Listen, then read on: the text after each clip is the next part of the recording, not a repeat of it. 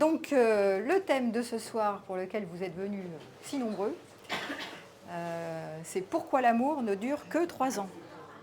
Donc là, je vais parler effectivement des amours éphémères. Enfin, déjà, 1, 2, 3 ans, c'est vrai que c'est pas si long que ça, même si pour certains, c'est déjà quand même un peu long. Mais vous allez voir que je vais débattre des amours qui sont durables, en fait. Comment, en fait, qu'est-ce qui peut commencer après ces fameux 3 ans où on voit qu'il y a dans les statistiques, au bout de 4 ans, un pic de statistiques de séparation. Entre 18 et 30 mois, on a un pic de la passion, ce qu'on appelle la lune de miel. Vous savez, quand vous partez dans la fusée, à l'oukumisation. Et on verra que 18 à 30 mois, vous montez comme ça. Ensuite, il y a des systèmes, on abordera ça, des systèmes neurochimiques qui sont distincts, qui fait qu'il y a toute une chimie de l'amour qui a été étudiée maintenant, qu'on sait que ça joue pour beaucoup dans les histoires de couple et d'amour longs et éphémères. Et donc là, je pourrais vous parler aussi de comment faire durer un couple plus longtemps. C'est quoi l'amour-passion? C'est quoi l'amour durable? De quoi faut-il faire le deuil? Sur quoi faut-il investir pour faire durer un couple? Et on verra aussi quels sont les poisons du couple, quels sont les pièges qui font que, on voit à 4 ans, statistiquement, il y a un pic de séparation, c'est-à-dire ça passe ou ça casse. Et des fois, moi j'entends beaucoup de personnes qui viennent me consulter, qui disent je l'aimais au début, et puis maintenant je l'aime plus, donc je la quitte, ou je le quitte parce que je l'aime plus. En fait, c'est pas qu'ils s'aiment pas. Souvent, le mot amour, qu'est-ce qui peut être mal utilisé? J'arrête pas de le dire tout le temps. Arrêtez d'utiliser ce mot-là n'importe comment. Ça veut rien dire. Est-ce qu'elle m'aime encore? Est-ce qu'il m'aime encore? Ça veut dire qu'il m'aime plus. Mais c'est beaucoup plus compliqué que ça, en fait. C'est pas juste on s'aimait, on s'aime plus. On apprend à s'aimer quand on commence à faire couple un peu long, après les trois fameuses années. Donc c'est un titre de roman, L'amour ne dure que 3 ans, et aussi un titre de film. Je ne sais pas si vous avez le souvenir de ce film. C'est aussi un slogan qu'on voit souvent dans les magazines.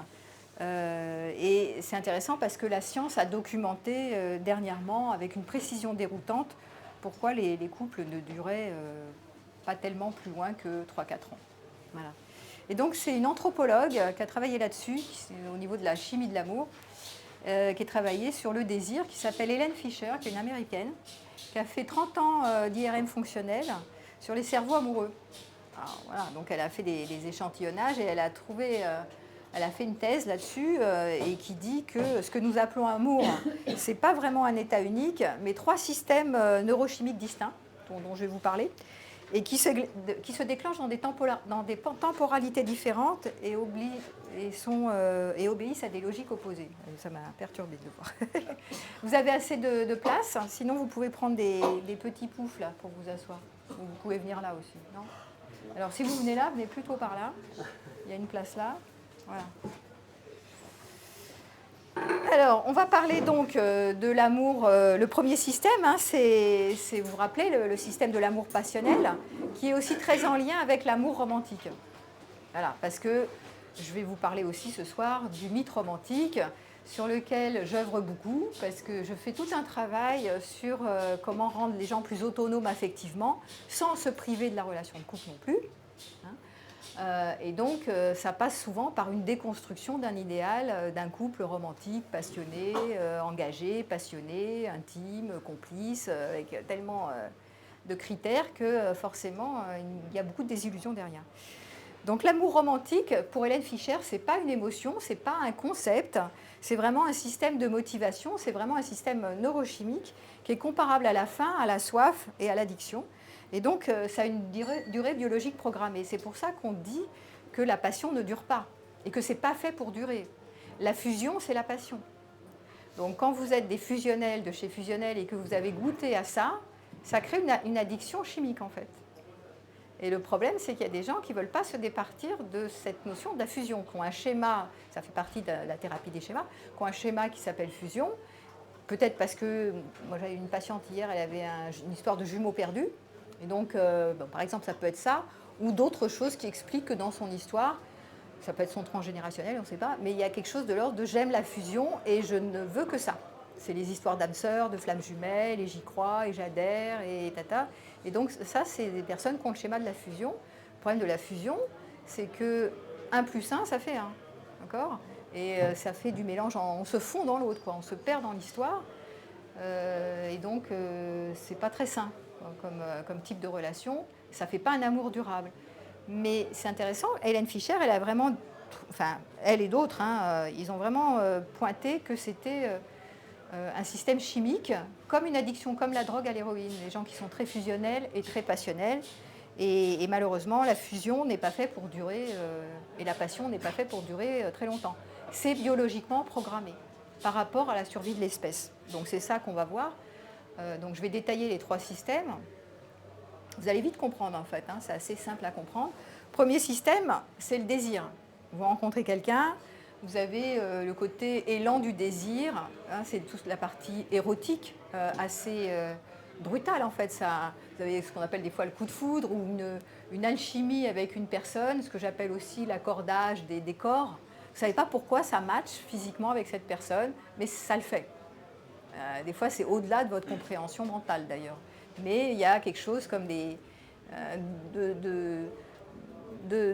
comment vous vous rappelez le mythe de... C'était quoi? Le mythe où les deux s'emboîtent là, comme ça. Les moitiés qui s'emboîtent. C'est le mythe de Platon, ça, où les deux... si, c'est ça, c'est dans le banquet de Platon. C'est je suis la moitié, c'est des moitiés, ils s'emboîtent l'un dans l'autre. Donc vous avez des histoires comme ça, vous l'avez certainement expérimenté dans votre vie, où vous avez l'impression qu'il y a un vrai accordage. Et c'est mystérieux. On ne sait pas trop pourquoi. Ça parle d'inconscient inconscient. C'est dans le langage non verbal, souvent. Il y a une rencontre d'âme avec quelqu'un. Voilà. Et ça se fait. Et donc, souvent, vous vous laissez embarquer là-dedans, dans cet élan du désir, voilà, qui porte, en fait, hein, et qui va être le début de la passion. Au niveau de la neurochimie, on voit dans les hormones sexuelles hein, la testostérone, qui est présente en permanence, que ce soit homme ou femme, et les œstrogènes. Et donc, vous êtes attiré par l'attraction physique, c'est souvent la première chose sur les sites de rencontres, hein, c'est le physique, hein, c'est ce qui matche le plus vite. Et l'excitation, le contexte sensoriel, l'ambiance, parfois il y a des personnes qui sont attirées par une ambiance particulière, comme là, un peu tamisée, d'autres il leur faut des petites bougies, du sacré, des petits rituels, des préliminaires, enfin voilà, ça dépend des personnes. Mais il y en a qui sont plus sensibles à une ambiance que d'autres. En tout cas, ça crée cette attraction érotique avec les oestrogènes et la testostérone. Et en fait, c'est fait exprès pour pousser à la rencontre. Là, je suis toujours en train de parler de ce qu'a découvert Hélène Fischer. Donc ça pousse à la rencontre, et c'est pas, le désir n'a pas d'objet précis, en fait. Il pousse à chercher un partenaire, n'importe lequel, du moment qu'il convient à l'espèce. On va voir que c'est très au service de la reproduction, et ce n'est pas un hasard, et je trouve que c'est intéressant de le voir aussi sous la forme de la théorie de l'évolution, parce que souvent on se raconte des tas de récits mystérieux, oui, il me plaît tellement, elle me plaît tellement, c'est tellement magnifique que nous vivons, mais c'est elle est nulle, et c'est lui est nul, aucun nul autre, enfin voilà, on se raconte des tas de récits là-dessus. Bon là ça simplifie un peu, c'est un peu basique, mais ça a le mérite de décortiquer les choses de manière plus simple au niveau biologique. Le système 2, selon Hélène Fischer, c'est l'attraction passionnée. Donc là, on tombe amoureux. Voilà. Et donc l'autre devient le seul, l'unique, le merveilleux. Vous avez la pensée qui se polarise et qui se fixe sur l'objet d'amour. On appelle ça le phénomène de cristallisation.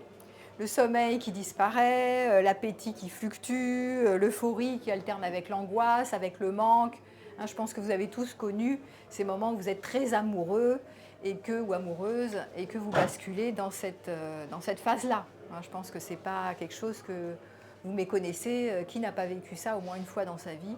Ce qui va créer ce que j'ai souvent nommé être amoureux du partenaire, mais être amoureux de l'état amoureux. Il y a des gens qui sont addicts à cet état amoureux et qui, une fois que cet état amoureux cesse, on va le voir, pourquoi les couples durent 3 ans, et bien souvent ils veulent retomber amoureux d'une nouvelle personne pour revivre cet état-là, qui est un état où on est up quand même. Hein.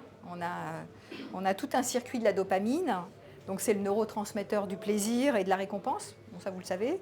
Ça crée de l'euphorie et la concentration obsessionnelle sur l'autre. C'est pour ça que vous fixez sur l'objet, vous y pensez toute la journée, la nuit, vous contrôlez plus, c'est obsessionnel. Et après, ça crée même ce qu'on appelle de la limérance quand c'est souffrant. C'est des pensées obsessionnelles qui reviennent en boucle sur le partenaire. Même si l'autre est parti, si l'autre, un an après, des fois il y a des personnes qui viennent comme ça et qui continuent. J'en avais une ce matin d'ailleurs, et qui savait que ce partenaire n'était pas du tout adéquat, qu'il était indisponible, c'est un truc fréquent, mais elle ne pouvait pas ne pas y penser tout le temps, comme ayant l'espoir que peut-être s'il était plus dans sa vie serait tellement mieux, plus chouette, il y aurait un compagnon de route, il y aurait quelqu'un, c'est pour éviter d'être seul en fait. Et donc bien souvent, les histoires qu'on se raconte autour du partenaire sur lequel on a focalisé, qui nous obsède, ça pointe vers autre chose qui est l'origine, qui est le manque, et le fait de si ce partenaire n'est pas dans ma vie, alors je me retrouve en face de ma solitude et en face de mes carences affectives et de mon sentiment de séparation. Et c'est ça qui est difficile à vivre. Il vous reste une place là ou là. Vous avez aussi par terre. Voilà. Attention au but. C'est bon. Donc la dopamine, pour l'attraction passionnée, donc système 2. La PEA, c'est la phényléthylamine, la molécule présente dans le chocolat, et oui, qui provoque l'effet papillon dans le ventre. Donc voilà, c'est la PEA, ça s'appelle. Et la sérotonine, qui est à un niveau identique à celui mesuré dans les TOC. Dans les gens qui ont des troubles obsessionnels compulsifs, il y a aussi de la sérotonine. Donc l'amour passionné est neurologiquement une obsession. C'est pour ça que vous êtes obsédé dans ces moments-là par l'autre. Et c'est quand ils ont fait donc des IRM sur les gens qui étaient amoureux, c'est comme des cerveaux d'un cocaïnomane. Intéressant. C'est pour ça qu'on dit tellement que c'est une addiction. Une addiction à l'intensité, l'addiction à la passion, c'est une addiction à l'intensité. C'est obsessif, compulsif, effectivement. Vous ne contrôlez pas vos pensées et l'image du partenaire manquant, voilà, que vous avez goûté ou que vous vous êtes raconté une histoire. Parce que des fois, c'est un film, c'est un fantasme, en fait. Il y a beaucoup de gens qui fantasment sur une personne qu'ils ont à peine vue ou croisée et qu'ils ont idéalisée, voilà, sur un petit moment ou sur une image ou je ne sais pas quoi. Il y a beaucoup de gens qui fantasment sur un peu n'importe quoi. Et c'est vrai, c'est ce que je dis souvent, mais ils n'aiment pas trop, mais en fait, ça s'appelle un fantasme, c'est une rêverie, en fait. Alors, système 1, système 2. Système 3, l'attachement. Donc ça, c'est tout autre chose. L'attachement, c'est beaucoup plus calme, c'est beaucoup plus profond, c'est une chimie dans la durée, et il n'y a pas la fièvre de la passion. Et là, les hormones, ce n'est pas les mêmes. Hein. C'est l'hormone, vous le savez, c'est l'hormone ocytocine, qui est l'hormone du lien, qui est en jeu dans l'amour, disons-nous, plus durable, moins passionnel. Donc l'ocytocine, c'est l'hormone qui est sécrétée pendant l'allaitement, je pense que vous le savez, qui est sécrétée aussi dans les contacts de tendresse. Vous savez, quand vous faites des hugs avec quelqu'un, c'est l'ocytocine. On dit, si tu restes... J'ai une copine, ce week-end, elle est passée, elle m'a fait un hug comme ça, elle m'a dit, ça va te faire du bien, il faut que ça dure au moins 45 secondes. On rend compte. Parce que sinon, l'ocytocine ne se déverse pas. Si c'est trop rapide, je te prends dans les bras, je m'en vais, eh ben, tu ne vas pas avoir le temps de sentir l'ocytocine sécrétée en toi. Voilà. Donc, c'est ce qu'on va retrouver dans le contact de peau à peau, pendant l'orgasme, l'ocytocine, l'allaitement et le câlin prolongé. Voilà. Et donc, c'est la sensation de sécurité et de confiance. Donc, c'est pour ça qu'on aime tellement, les hommes et les femmes, se mettre dans les bras les uns des autres. Beaucoup de femmes se déposer sur l'épaule protectrice de l'homme. Et pour les hommes, de tenir une femme pour la sentir utile et la sentir se protéger en vous. Voilà. Donc, c'est aussi... Rappelez-vous qu'on cherche toujours à augmenter un sentiment de sécurité. L'espèce est fabriquée biologiquement pour aller vers la survie. Et dans la survie, on cherche à se sentir en sécurité et en confiance. Bonjour. Il vous reste des places là. Ou, voilà. Si vous voulez venir là, vous pouvez. Par contre, vous serez peut-être... Est-ce qu'elles seront vues? Elles seront peut-être vues. Oui, vous serez vues sur ma chaîne. Si ça ne vous dérange pas, ça va. Non, ma chaîne, hein, sur ma chaîne YouTube, pas sur ma chaîne. Sur ma chaîne. Vous serez vu. Si ça ne vous dérange pas d'être vu dans le public, vous serez vu. Voilà, bah alors venez. Il n'y a plus de place. Hein. met là. S'il y a quelqu'un d'autre qui veut venir, mais qui est d'accord d'être vu sur la chaîne, ça va, sinon vous restez debout, comme vous voulez. Voilà, alors j'étais sur l'ocytocine. Donc ça donne une sensation de sécurité, cet amour ocytocine, de confiance et d'enracinement à l'autre. Et donc n'oubliez pas une chose qui est très importante, c'est qu'ok, on est partant pour la passion parce qu'en fait on veut tout à notre époque. On veut la passion et on veut la sécurité. Et comme dit très bien Eva Illouz, qui est une sociologue de notre époque et qui a écrit pas mal de livres sur ce sujet, C'est quoi l'amour et d'autres livres, elle dit très bien c'est complètement antinomique. Et donc on veut tout, mais le problème c'est que ça fait le grand écart. Et l'amour ocytocine, qui est plutôt l'amour durable, profond, machin, tout ça, câlin, tout ça, tendresse, c'est beaucoup, ça va pas rimer avec la passion, c'est pas les mêmes hormones qui sont en jeu. Malheureusement, c'est comme ça, vous l'avez vu. Hein. Voilà. Et donc l'ocytocine, c'est important de s'en rappeler parce que c'est vraiment l'amour de la sécurité et de la confiance. Et on a besoin de se sentir en stabilité, en sécurité pour vaquer à nos occupations, que ce soit professionnelles, nos hobbies, voilà, pour se sentir léger, de se déployer dans notre singularité, on a besoin de se sentir en sécurité. Et parfois, le couple ocytocine, sous l'ocytocine, sous la sécurité du lien, va pouvoir se déployer plus facilement que si vous êtes dans des histoires passionnelles où malheureusement vous avez beaucoup de dopamine, comme on l'a vu, de PEA et d'hormones du stress, qui était la sérotonine, mais peut-être en excès, mais qui à un moment donné ça passe dans le cortisol. Et du coup, vous êtes tellement stressé que vous ne pouvez pas vous déployer sur les autres sphères de votre vie, ce qui est dommageable en fait. C'est pour ça qu'on dit que souvent le couple peut être un vecteur d'agrandissement d'un sentiment de sécurité, de stabilité, ou pas. Parce que si vous êtes dans des histoires passionnelles, troublantes, compliquées, vous ne savez pas si vous restez, vous partez, si l'autre est là, si vous êtes anxieux, évitant, enfin toutes des histoires à la mort moelleux. Donc à bout d'un moment, vous êtes en insécurité, et à force d'être en insécurité dans le couple, il y a de la passion certes, mais est-ce que vous vous déployez? À un moment donné, je pose souvent la question à mes patients, au fond, vous voulez quoi? Vous voulez de l'état amoureux et vous voulez souffrir comme si vous m'appelez, c'est que vous souffrez beaucoup, parce que sinon vous ne m'appelez pas en fait. C'est vrai, vous choisissez l'état amoureux, continuez jusqu'à ce que vous souffriez encore un peu plus, parce que quand vous souffrez vraiment trop, vous n'avez plus le choix. Vous êtes obligé de faire cesser cette relation qui ressemble à rien, en tout cas qui vous met sous les cailloux. Vous n'avez plus le choix en fait. Bon. Si vous n'avez pas assez souffert, faut que vous fassiez encore un ou deux tours de manège pour souffrir un peu plus, parce que manifestement ça ne suffit pas. Je ne peux pas intervenir plus, puisque souvent c'est des personnes qui sont dépendantes, mais elles ne peuvent pas cesser d'être dépendantes tant qu'elles ne prennent pas le risque de perdre l'autre. Je l'ai dit tout à l'heure, j'avais un patient, il n'y a même pas plus juste avant de vous rejoindre là, et j'arrêtais pas de lui dire. Il tenait à sa femme, il voulait sauver son couple, elle en avait marre, donc elle avait le pouvoir puisqu'elle était d'accord de se séparer. Donc celui qui a le pouvoir, c'est toujours celui qui prend le risque de perdre l'autre. Il est beaucoup moins dépendant que celui qui veut sauver son couple à tout prix en se mettant en paillasson, quoi, en s'écrasant et en ne mettant pas vraiment ses limites de manière ferme.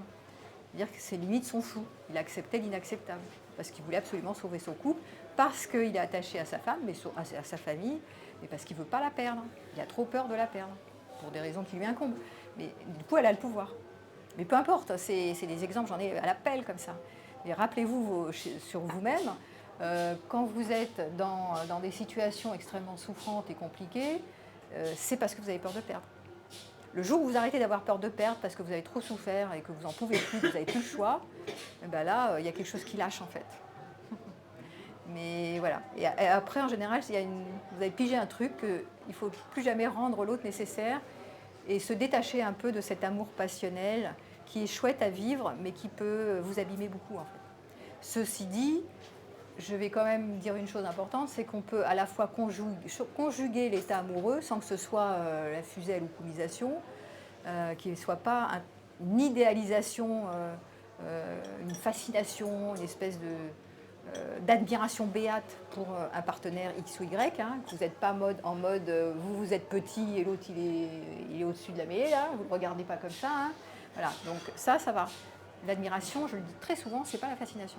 Donc on peut conjuguer l'état amoureux et l'amour ocytocine, c'est-à-dire l'amour du lien durable. Il va falloir jongler un peu, hein, on verra un peu plus tard comment on peut jongler entre les deux, mais ça ne sera pas ces amours-passions où l'autre vous manque, où vous êtes obsédé tout le temps. Et Ça, un jour, si vous devez mature, si vous voulez être un peu plus mature, vous devez cesser ces affaires-là, qui sont les affaires du manque. Je manque d'amour, j'ai manqué d'amour, je manque d'amour, il me faut quelqu'un qui m'échappe, parce que quand quelqu'un m'échappe, alors je suis très amoureux et très amoureuse, et si quelqu'un est acquis, alors je suis dans l'amour-ocytocine, mais c'est acquis, donc ça ne m'intéresse pas, c'est une plante. J'en fais une plante dans la déco. C'est mon objet de déco, puis après, bon, je vais séduire ailleurs parce que j'ai besoin de plaire, ou j'ai besoin d'avoir quelqu'un qui me manque, parce que ça me met de la passion et de l'état amoureux. Voilà. Donc il y a des gens, on voit bien, qui sont addicts à la passion. Bon, moi, je l'ai eu fait aussi, enfin, voilà, ça a été aussi partie de mon parcours. Mais il y en a plein qui sont addicts à la passion et qui ne veulent pas lâcher ça. Et ça ne les fait pas ça les fait pas triper de l'amour-ocytocine, ça ne les fait pas triper du tout. Hein. Mais pas du tout. Alors, j'étais sur l'ocytocine et la vasopressine, qui est aussi dans le système 3 de l'attachement, cette chimie de la durée, qui est liée à la monogamie, c'est l'hormone de la fidélité, la vasopressine. Et donc, on le voit chez le campagnol des prairies, qui est une espèce monogame. Vous savez que les animaux, ils ne sont pas tous monogames, ça vous le savez. Il y a quelques espèces monogames dans le règne animal. Je ne me rappelle plus trop lesquelles parce que je les avais vues. Non, il y en a d'autres. Ouais, peut-être lui, mais il y a quelques. C'est assez rare, mais il y a quand même quelques espèces monogames. Et voilà. Et ça donne une stabilité du couple long. Lequel ? La cigogne. La cigogne, ouais. Vous allez les trouver de toute façon sur Internet. Ouais, voilà. Oui, oui, il y a quelques oiseaux, etc., qui sont monogames. Ok. Et donc, ils ont besoin de sentir cette sécurité du lien, et donc on voit la vasopressine, qui est l'hormone de la fidélité, apparaître, qui n'existe pas chez les autres espèces qui sont polygames. Alors, le seuil neurochimique, entre 18 et 30 mois, la chute. Au début, la lune de miel. Après, boum. Donc les molécules de l'attraction passionnée, la dopamine, je rappelle, la PEA et la norépinéphrine, donc, qui ressemblent à tout ce qui est dopaminergique, c'est-à-dire le cocktail qui fait monter la chimie de l'excitation, ne se maintient pas indéfiniment. Bonsoir. Donc pourquoi ? Parce que le cerveau, il s'habitue. Vous savez, on en a beaucoup parlé dans le bug humain, dans un bouquin qui s'appelle Le bug humain, qui dit comme ça, il détaille comme ça qu'au bout d'un moment, il y a une satiété. Quand vous vous êtes shooté à un objet et que vous pouvez l'obtenir, une fois que vous l'avez obtenu, vous avez un shoot de dopamine, et puis au bout d'un moment, il y a une satiété qui apparaît. Donc vous êtes gavé, quoi. Vous avez toujours ce que vous voulez. Donc après, le désir, il part sur autre chose.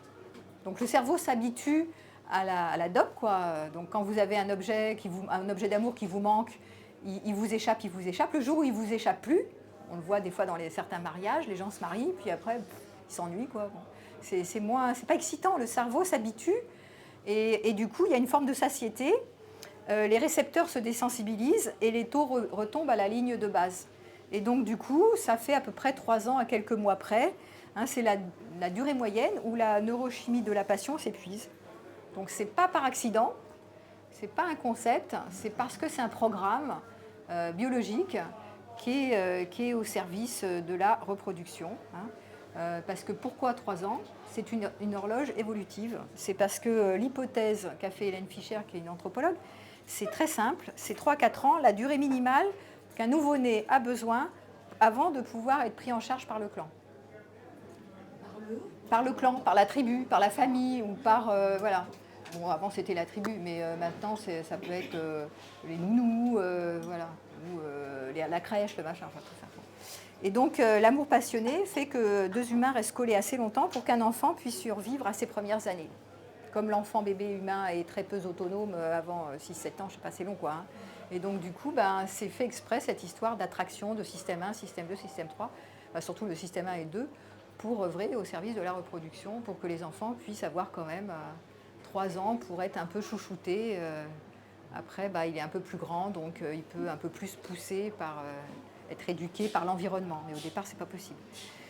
Donc, une fois le seuil franchi, la sélection naturelle n'a plus d'intérêt à maintenir cette intensité coûteuse en énergie, Parce que c'est vrai que c'est coûteux la passion, je l'ai dit, j'ai pas arrêté de le dire, ça coûte en énergie, c'est fatigant, votre système nerveux il s'épuise là-dedans, ça vous fatigue en fait. C'est euphorisant mais c'est fatigant. Voilà. Et l'attachement est plus calme, lui, mais il est plus utile à long terme.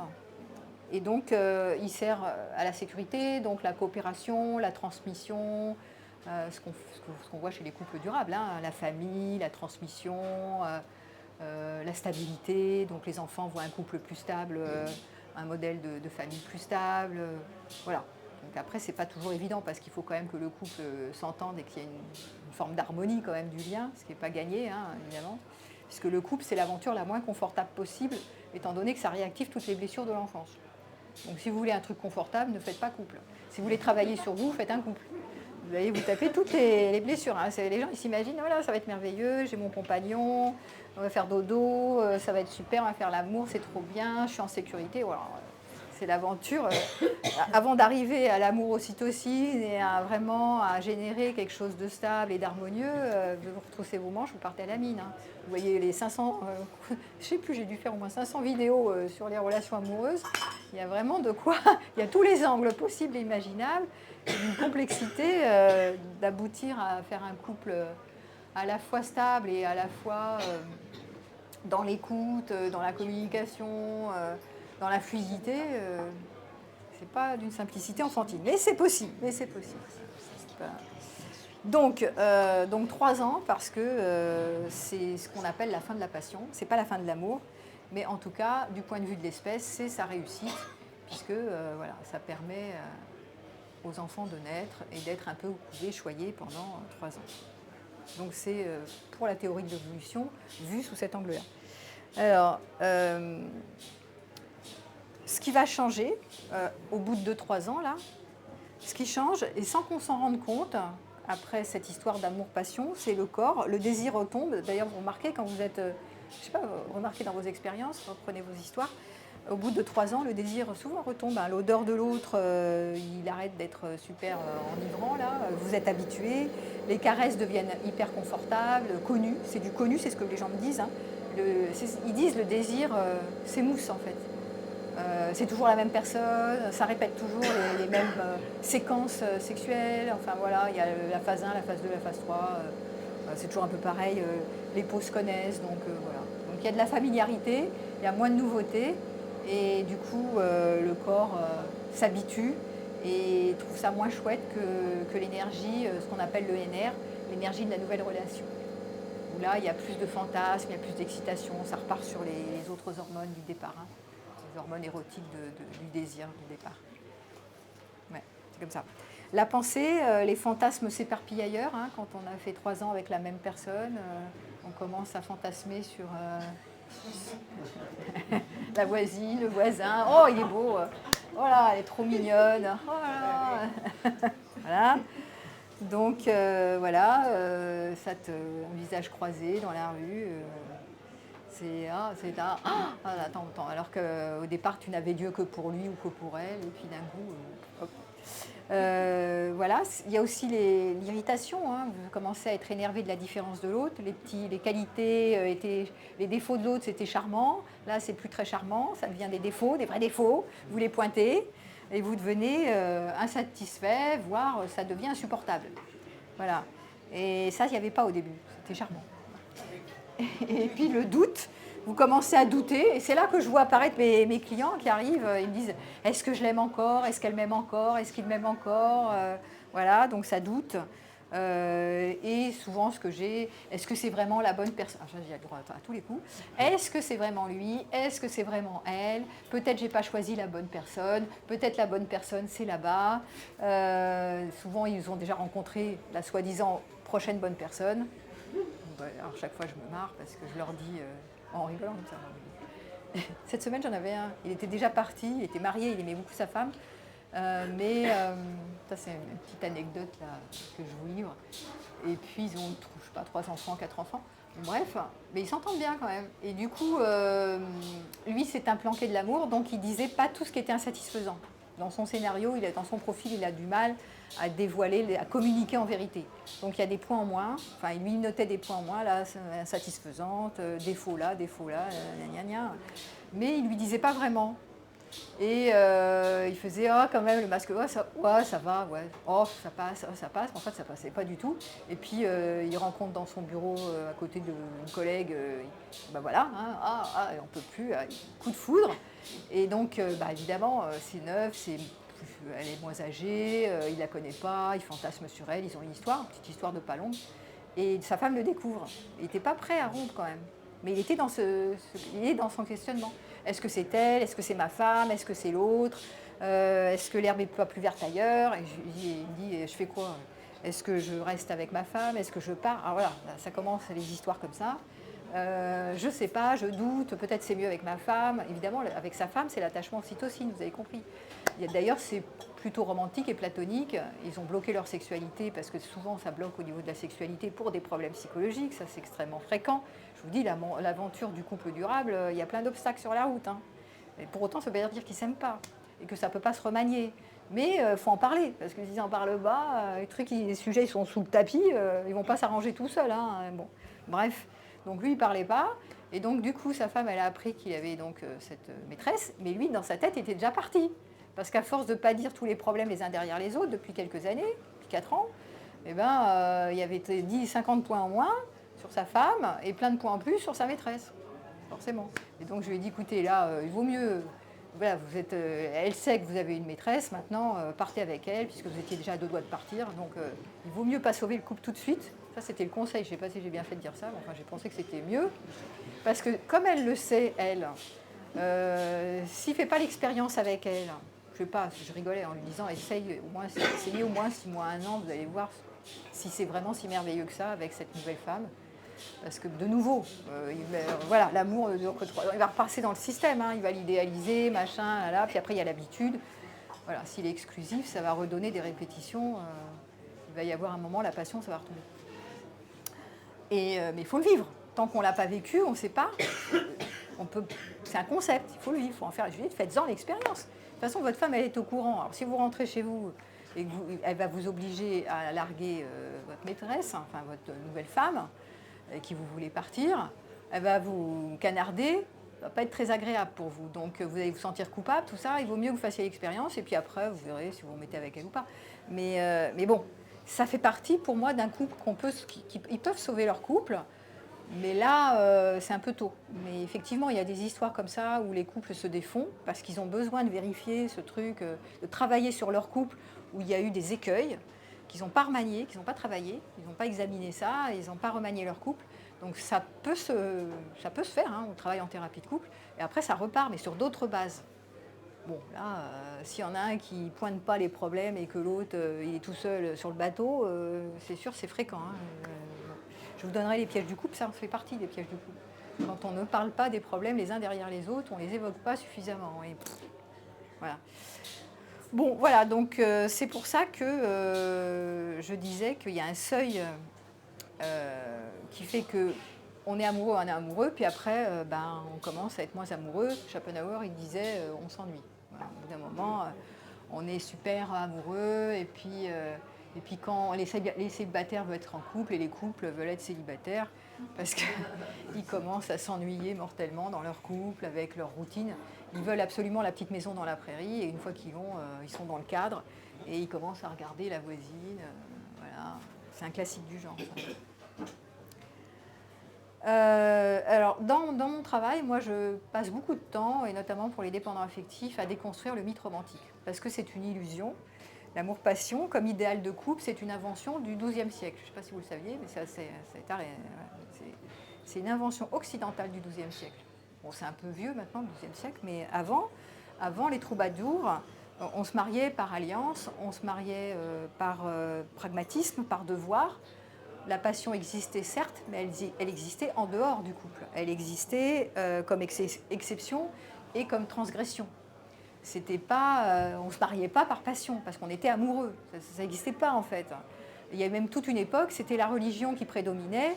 on ne se posait pas la question de se marier avec un amoureux. On était là, la mission sur Terre, c'était d'être religieux, d'avoir des bonnes notes à la fin, voilà, pour aller en enfer ou pas en enfer, ou aller, c'était quoi pendant toute une période, il fallait aller au paradis et pas en enfer. Et donc, il fallait être bien sous tout rapport. C'était ça qui dominait. On ne vous disait pas, votre mission, ça va être de tomber amoureux et de vous marier, à faire un mariage d'amour. Ça, c'est très récent, ça. C'est beaucoup plus récent qu'on l'imagine. Sauf que notre époque est complètement encore imbibée de ce mythe d'amour romantique, qui inclut la passion, évidemment. La passion, la sécurité, la fidélité, alors vous avez tout de la totale. Et évidemment, comme je vous l'ai dit, c'est pas gagné, parce que c'est un mythe, en fait. C'est un mythe qui a été glorifié au XIIe, qui a été comme une religion, et qui est aussi, qui a été aussi mis à l'honneur par la religion à un moment donné, chrétienne. Hein. Mais au départ, ils n'évoquaient pas ça pour le bien des personnes, des individus. C'était pour le bien de la cellule familiale. C'était surtout des arrangements économiques, c'était des arrangements religieux, mais ce n'était pas tellement pour que les gens soient heureux individuellement. Ce n'était pas ça l'idée. Nous, on l'a rendu comme ça à l'Occident, dans une époque moderne, mais ce n'était pas vrai avant. Donc on s'en foutait du bonheur individuel, ce n'était pas le sujet. Notre époque valorise énormément le bonheur. On passe notre temps, encore maintenant, à nous saouler avec le bonheur. Alors, le couple, vecteur de bonheur. Alors, qu'est-ce qui vous mène au bonheur? Comment vous pouvez être acteur de votre bonheur? Qu'est-ce qui fait que vous n'avez pas accès au bonheur? On nous saoule avec ça. Ça fait une pression pas possible. Tout le développement personnel s'y est mis, le PIB du bonheur, le machin du bonheur, enfin bref. Ouais, bonjour. Je ne sais pas s'il y a de la place. Ouais, bah voilà. Et donc, du coup, c'est une injonction sociétale. Et moi, là, je travaille sur l'amour romantique. J'entends sans arrêt des personnes qui viennent vers moi avec cette croyance, cette représentation qui est souvent pas vue d'ailleurs, autour de cette illusion, de ce mythe qui est je cherche la personne, l'évidence, voilà, la bonne personne, la fameuse bonne personne. La bonne personne, c'est celle-là, hein, c'est mon unique, mon aimé, on est vraiment dans l'amour romantique. Sauf que cette représentation, elle fait extrêmement souffrir tant qu'on ne l'a pas déconstruit. C'est le terrain de la dépendance affective. Donc cette déconstruction, ce n'est pas évident parce que pour des personnes qui centralisent la relation amoureuse, notamment des femmes, et pas que, il y a aussi des hommes qui centralisent la relation amoureuse, c'est un peu plus rare, mais ça arrive aussi. Et donc centraliser, ça veut dire mettre au centre de leur vie la relation amoureuse. C'est le couple. Le couple comme vecteur de bonheur. C'est sûr que c'est vrai, il n'y a pas de doute. Ici, ça serait mieux de douter quand même. Parce que ça peut être vrai et ça peut être faux. Ça peut être vrai, ça peut être un amour durable et un vecteur d'ocytocine, comme on l'a dit, d'amour ocytocine. Mais il faut du boulot pour y arriver. Et puis ça peut être une grosse galère en fait. Le couple, ça peut être l'insécurité la plus totale. Donc c'est pas forcément vecteur de sécurité, ni de bonheur. Donc ça, c'est important de le voir, parce qu'il y a des personnes qui sont célibataires et qui s'imaginent que s'ils se font couple, ça y est, c'est miraculeux, ils vont régler la majorité de leurs problèmes. Mais absolument pas. Absolument pas. Vous n'allez pas régler, vous allez exploiter quelqu'un pour vous sauver la vie, mais c'est de l'exploitation. Vous utilisez le parent nourricier, dit autrement, de votre partenaire pour vous animer, vous rendre vivant, vous protéger, vous chouchouter, vous prendre dans les bras. Voilà, bon, il y a quand même, je le dis exprès, je fais un peu ironique, mais il y a un côté un peu utilitaire dans l'affaire, parce que vous ne savez pas en vous-même trouver un sentiment de sécurité. Alors en vous-même, ce n'est pas évident de trouver un sentiment de sécurité à l'intérieur de soi, mais de s'organiser pour augmenter un sentiment de stabilité ou de sécurité avec sa propre vie et son univers, on va dire, avec ses ressources, donc avec soi-même, et pas avec le parent, l'état du moi parent du partenaire. C'est pas une baguette magique le couple, donc je le dis sans arrêt, sinon ça se saurait. Mais ça peut être aussi un agrandissement du sentiment de stabilité. C'est pas vrai, mais c'est ni faux ni vrai. C'est juste qu'il y a des personnes qui ont vraiment cette représentation que si elles trouvent l'amour, c'est bon, elles vont faire le couple et hop, c'est banco, tout va aller bien dans leur vie, c'est bon, hop, elles vont pas finir seules, ça règle les problèmes. Voilà. Et bien, travaillez là-dessus, parce que tant que vous n'avez pas déconstruit l'amour romantique, vous êtes dans les sujets qui peuvent devenir facilement dépendants affectifs. pour un oui, pour un non. Ou contre-dépendant, mais la contre-dépendance, c'est j'ai tellement souffert que maintenant je me méfie, je me méfie, je me méfie, mais j'aimerais quand même trouver la bonne personne, mais j'ai tellement peur de ne pas la trouver et de me faire du mal que je préfère ne voir personne ou me méfier. Bah, c'est pas tellement mieux. Hein. C'est un peu le schéma abandon dans l'autre sens. Hein. C'est le système d'évitement qui fait je me protège, mais bon, je donne plus rien, je donne mon sexe et pas mon cœur. Bon, bah, c'est pas tellement mieux parce que vous n'allez pas aller loin non plus.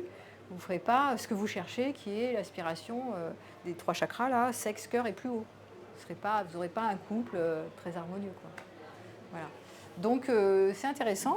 Ça permet de voir que cette invention culturelle, qui est l'illusion du couple romantique, qui est basée sur le mythe fondateur de Tristan et Iseut, hein, rappelez-vous, les 2 amants qui ne peuvent s'aimer que séparés, et que l'obstacle, c'est la nourriture du désir, et c'est la passion qui n'existe que tant qu'elle est empêchée. Et c'est vrai que la passion, on l'a dit tout à l'heure, et je le redis, tant que l'autre vous échappe, vous êtes passionné. Si l'autre est acquis, quand vous avez beaucoup de sécurité parce qu'il est acquis, alors bon, bah c'est bon, bah, je suis contente. Eh bah, c'est bien, hein. Ah bah, il est beau, hein. Elle est belle, ah bah, c'est bien. C'est bien, c'est bien, c'est bien. Bon, alors je fais quoi maintenant? Voilà. Voilà, c'est embêtant parce que on confond l'amour et la chimie de l'amour. Et quand la phase passionnée retombe, on dit qu'on n'aime plus. Donc quand la dopamine, la PEA reviennent à leur niveau de base, la plupart des gens concluent bah, je l'aime plus. Voilà. Et ils partent. Et ils vont chercher l'herbe plus verte ailleurs. Ils repartent sur la décharge de ces hormones-là. Et ils repartent sur 18 à 30 mois. Donc ça fait des couples éphémères comme ça, 2 ans, 3 ans, 2 ans, 3 ans. Alors le problème, c'est quand ils disent je l'aimais, je l'aime plus. Alors ça, à chaque fois que j'entends ça, pareil, pour vous, ça va. Maintenant, vous l'avez entendu une fois avec moi.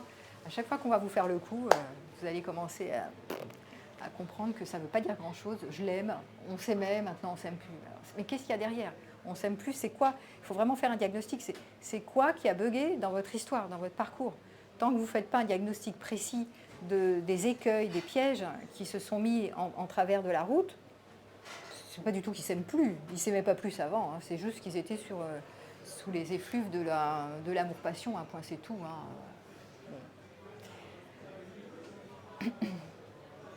Bon. Donc le pic des séparations, la confirmation statistique, 4 années, pic mondial des divorces. Et dans 58 sociétés étudiées, même tendance. Et 36 mois, c'est les moyens de la phase passion. Donc c'est pas occidental. Hein. Elle a vraiment travaillé à un niveau beaucoup plus international pour faire son enquête et dire que l'amour-passion, effectivement, dure que 3 ans, entre 2 et 3 ans. Et que si vous voulez en rester là, bah, continuez à être addict à l'état amoureux. Si vous voulez un couple plus stable, il va falloir faire un peu un deuil de ce qui meurt à 3 ans, c'est-à-dire la fusion biochimique qui faisait que vous étiez en train de vibrer avec le corps de l'autre, comme un effet drogue, quoi, avec le sentiment du manque et vous savez, cette alchimie des corps, là, cette passion des corps. La projection idéalisante qui fait partie du schéma fusion. Je projette sur toi une image idéale ou j'ai une image idéale du couple. Ça peut être pas forcément le partenaire, parce que très souvent, au bout de 3 ans, le partenaire il commence à avoir plein de défauts, donc il redescend dans son côté élévation. Mais par contre, c'est le couple, le projet couple que vous avez idéalisé. Le couple avec lui, il y a du potentiel, on va faire un couple élevé, on va faire un couple mythique, on va faire un couple je sais pas quoi. Et donc, c'est la même chose. Vous avez mis une projection idéalisante, vous avez un idéal de la conception du couple ou de la famille. Et c'est la même chose que je projette un idéal sur ce partenaire-là. C'est le même truc. Mais l'autre est vu comme une réponse parfaite à votre souhait. Peut-être que c'est un souhait de faire couple, qui est en fait une demande de réparation de la petite ou du petit garçon que vous étiez quand vous étiez mal en point dans des moments d'abandon, de carence affective et d'impuissance, et que vous avez décidé plus tard, quand je grandirai, je trouverai la compagne ou le compagnon qui sera vraiment bienveillant, empathique, à l'écoute, qui me considère, qui me valide et qui m'encourage, etc., et qui sera fidèle et qui sera toujours là pour moi. Donc c'est fort probable que ça se passe en général comme ça. Voilà. Et donc c'est à la fois une norme culturelle, hein, l'amour romantique, on l'a vu, puisque c'est un mythe du XIIe siècle. C'est à la fois des demandes de réparation des enfants blessés, qui ont manqué d'amour, et à la fois, ça naît sur le sentiment de séparation. Puisqu'on arrive avec ce sentiment de séparation, au bout de vers 1 an, comme ça, on sait qu'on n'est plus le prolongement de maman, et donc on se sent séparé.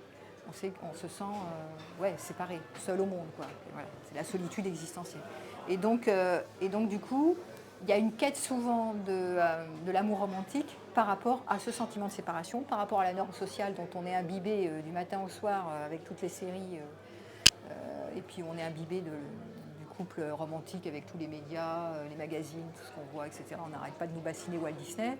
Donc ça, c'est sûr qu'on est imprégné de ça. Donc ça, c'est la norme culturelle. Et vos familles qui vous disent qu'il faut se marier, du coup, là, c'est l'heure. Tu as 39 ans, tu n'as pas fait de... C'est ma passion de dire. Bon, tu n'as pas encore fait couple avec des enfants, là. Tu vas finir seule, là. Attention. Tu es mal barré, tu vas arrêter ta vocation de mère. Et puis alors là, si tu rates cette vocation de mère, tu passes à côté d'une chose extraordinaire. Le couple vecteur de bonheur et la famille vecteur de bonheur aussi, d'ailleurs. Donc on est dans les mêmes tripes en fait. Hein. Donc c'est toutes ces normes culturelles et c'est très difficile de se dissocier de ça. Et en même temps, c'est important de se mettre en amont, de faire un pas de côté, de se dire attends, est-ce que ça m'appartient ou est-ce que je suis comme un mouton qui répète inlassablement le conditionnement et la représentation du clan ou de la norme culturelle. Est-ce que ça me fait du bien ou pas? Si ça me fait du bien, j'y vais à fond. Mais si ça me fait du bien, s'il n'y a personne qui se présente en magasin pour faire couple et famille, est-ce que ça vaut la peine d'être dans le manque et d'être victime de ça et de dire j'ai raté toute ma vie, les autres y réussissent leur couple et pas moi? Alors, dans les apparences, oui, mais est-ce que c'est vrai? Ça, c'est moins sûr. Même si certains peuvent réussir leur couple, mais ça veut dire quoi réussir son couple? Ou rater son couple, ou rater sa vie? À chaque fois, j'entends tout le temps ça. Hein. Donc ça, c'est le mythe romantique qui est derrière. Je réussis, je rate. Couple vecteur de bonheur, entendez, construction du mythe romantique. Tout le temps. Donc c'est important quand même d'avoir ça en tête, hein, parce que sinon, à chaque fois, on entend tout le temps les gens parler de ça. C'est toujours l'idée qu'on se fait que le couple, c'est vecteur de bonheur, ou la famille, c'est forcément harmonieux, c'est forcément vecteur de bonheur. Mais il y a des tas de gens, des tas de personnes qui vont se sentir heureux par moment, moins heureux par moment. D'abord, la vie est faite de haut et de bas, on ne peut pas être tout le temps heureux, qu'on soit en couple ou pas en couple, n'importe comment, ça c'est le principe de l'impermanence et de la dualité. Vous ne pouvez pas être tout le temps satisfait ou tout le temps insatisfait non plus. Donc il y aura les moments de haut et de bas, hein, tant qu'à faire. Pour avoir plus de moments de haut, il vaut déjà mieux agrandir en soi un sentiment de sécurité, déconstruire le mythe romantique, arrêter de croire à ce truc fusionnel de la passion et de cultiver ça tout le temps comme s'il y avait que ça qui était bon pour soi. Et puis de sortir de cette illusion de la complétude aussi, puisqu'on veut se compléter avec un autre. Et ça, c'est aussi l'histoire de ma moitié, hein, la personne seule, spéciale et unique. Un être me manque et tout est dépeuplé, un truc de Lamartine, hein, le machin des âmes sœurs, hein, oh là là, mon Dieu, ça on le voit tous les jours. Donc ça, c'est l'illusion de la complétude. C'est vraiment cette idée que je vais me compléter avec un autre. Et c'est lui, c'est mon âme sœur, c'est elle. On est toujours dans ce truc mythe romantique. Donc ça, non, vous ne compléterez jamais avec personne, ni aucune situation, ni rien. Il n'y a rien qui ne vous complétera jamais totalement. Ça va vous compléter le temps d'un moment fusionnel, le temps d'un moment passionnel, mais on l'a vu, le temps de la passion n'est pas fait pour durer, c'est biologique, c'est prévu comme ça, et le temps de la fusion n'est pas fait pour durer. Donc du coup, vous êtes coincé, parce que si vous avez l'illusion de la complétude par un autre que vous, vous serez toujours déçu, parce que vous le trouverez à un moment donné et ça s'arrêtera. Et après, vous allez vous ressentir incomplet. Et quand vous êtes incomplet, vous faites quoi? Vous m'appelez. Vous êtes là en mode « qu'est-ce que je fais? Je suis dans le vide ». Et après, je fais des formations sur le vide affectif. Parce que j'en ai plein qui ne peuvent pas apprivoiser leur vide affectif, tellement c'est douloureux, mais je comprends. Parce que c'est surtout s'il y a eu des carences dans l'enfance, des insécurités, de la maltraitance, des choses comme ça. C'est sûr qu'il y a eu des moments pour la petite personne, l'enfant vulnérable en nous, en tant qu'humain, qui crie, qui appelle, qui est en famine et qui appelle à sortir de cette privation de sécurité et qui appelle à la nourriture affective. Je veux m'en compléter par un autre. C'est l'enfant vulnérable en nous.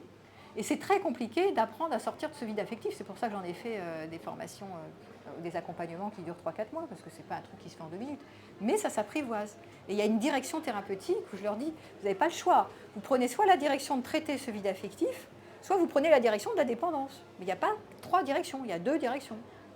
Soit vous continuez à souffrir, à être dépendant, ou à être anxieux, ou à vous accrocher parce que vous voulez vous compléter par un autre, soit vous arrêtez ce truc malsain parce que ça vous fait trop souffrir, la preuve, et vous prenez la direction de l'incomplétude, donc d'apprivoiser le vide affectif.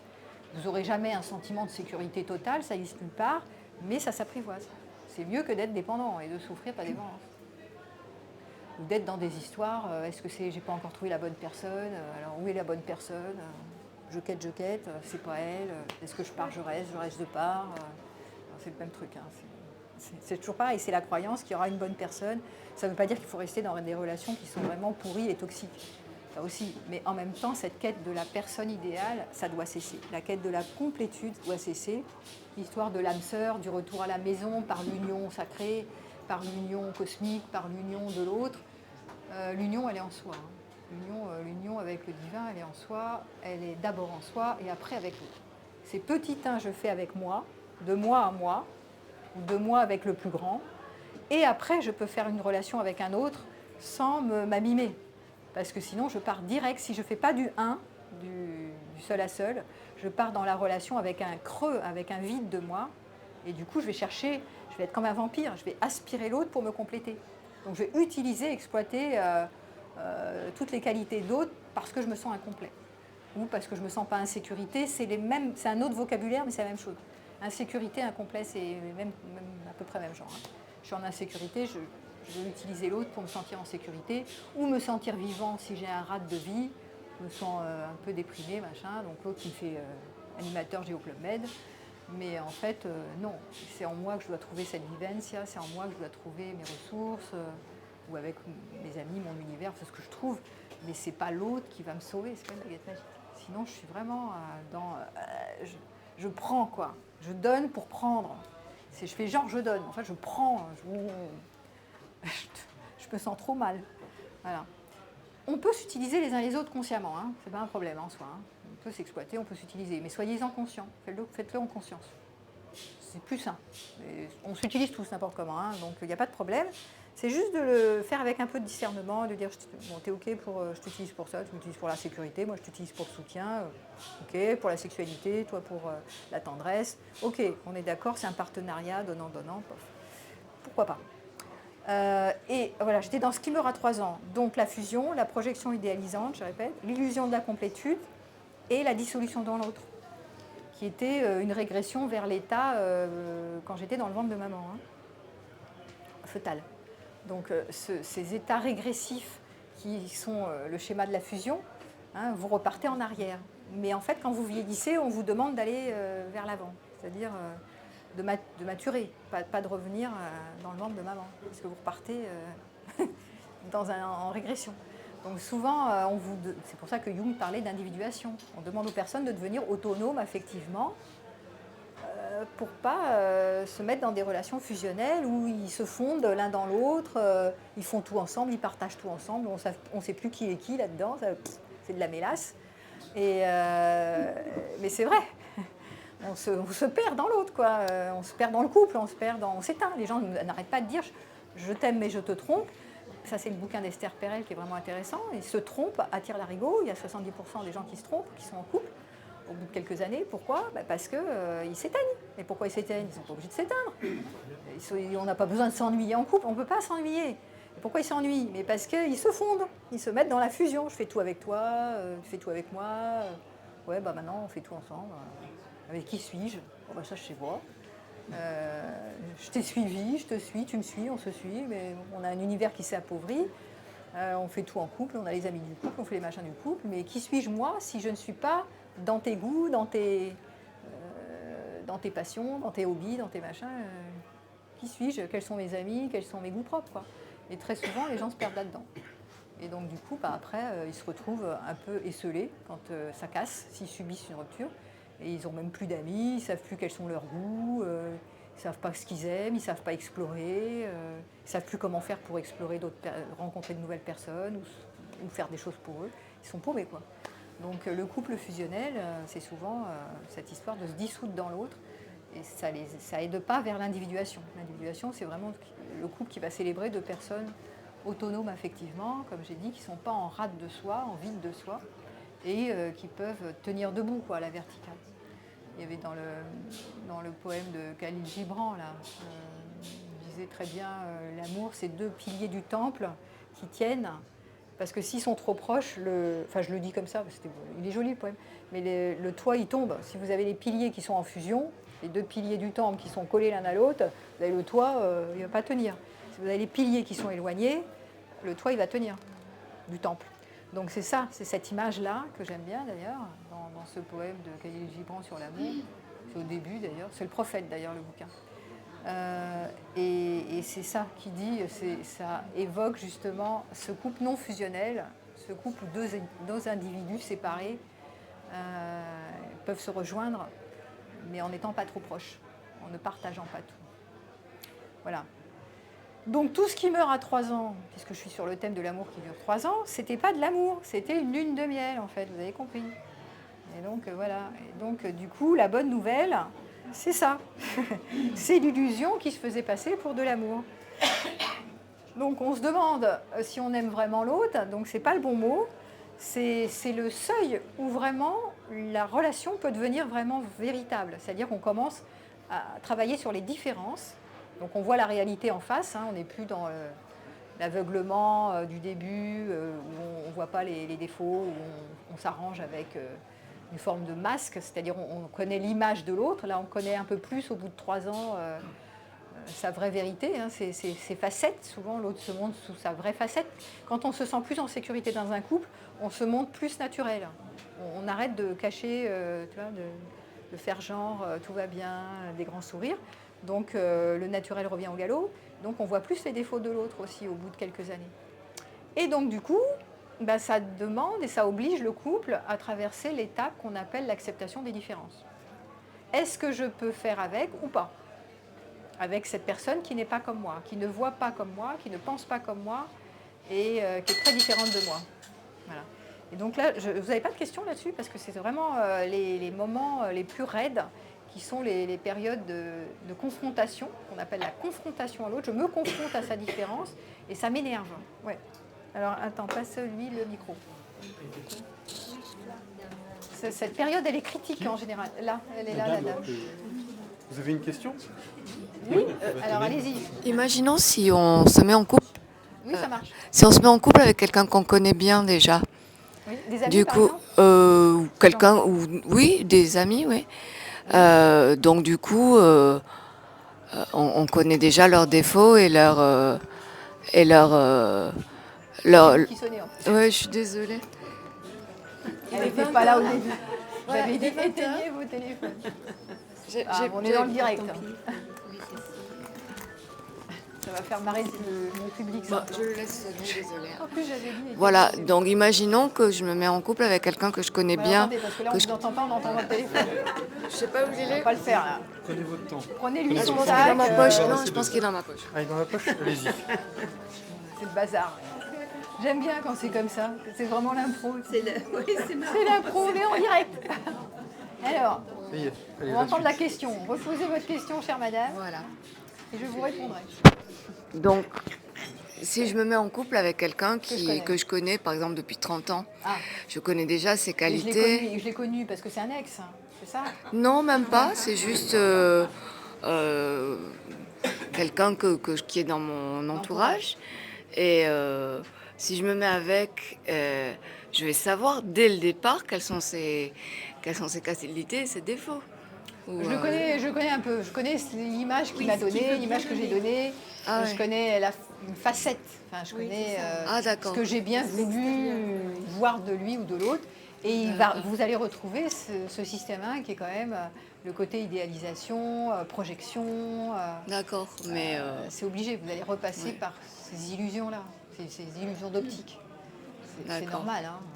Donc vous pensez que par exemple au bout de 3 ans, il va commencer à vraiment montrer des facettes qu'il n'aurait jamais montrées pendant Même des des fois avant années? 3 ans. Hein, Ah ouais. Moi, je dis souvent, le temps d'observation, si vous... Alors, quand vous faites une rencontre, ce que je dis souvent comme conseil, faites au moins minimum, avant de larguer la personne, quand vous sentez qu'elle a du potentiel, 5-6 mois. Mais 5-6 mois, pas genre on se voit une fois tous les 2 mois. Non, 5-6 mois où on se voit fréquemment. Vous voyez un coup chez l'un, un coup chez l'autre. Vous passez plusieurs jours ensemble, pas juste, voilà, on se passe 2-3 heures, non. Essayez de passer 3-4-5 jours, même 10 jours, 15 jours sur un territoire. Vous pouvez aussi passer des moments à l'extérieur, genre vous êtes en vacances, je ne sais pas où, évidemment c'est un peu plus simple en vacances. Vous passez, mais pas toujours, vous passez des moments dans les cercles d'amis, vous voyez ce que ça fait dans les groupes. Et puis après, le plus compliqué, c'est les cercles familiaux. Pourquoi pas? Enfin, ça peut être compliqué ou pas, mais vous passez des... Voilà, vous testez, vous observez, vous testez, vous voyez si ça passe ou pas. Déjà 5-6 mois, vous avez quand même si vous passez pas mal de temps avec, à fonctionner avec, vous allez voir si ça passe ou pas. Si vraiment il y a des affinités et qu'il y a des choses qui ne sont pas trop... Voilà. À condition de savoir poser des questions. Parce qu'il y a des personnes qui ne posent aucune question, ni sur le passé, je ne veux rien savoir de tes ex, je ne veux rien savoir de ta vie, je ne veux rien savoir de rien, sauf que quand même ça donne des infos.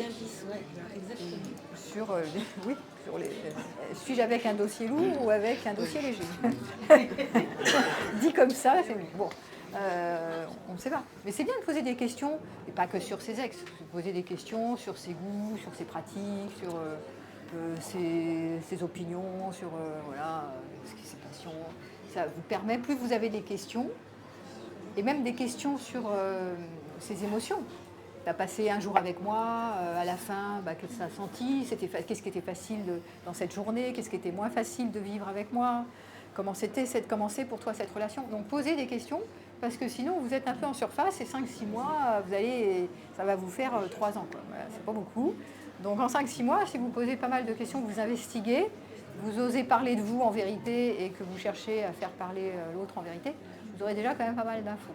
Voilà, ça vous permettra d'en savoir un peu plus.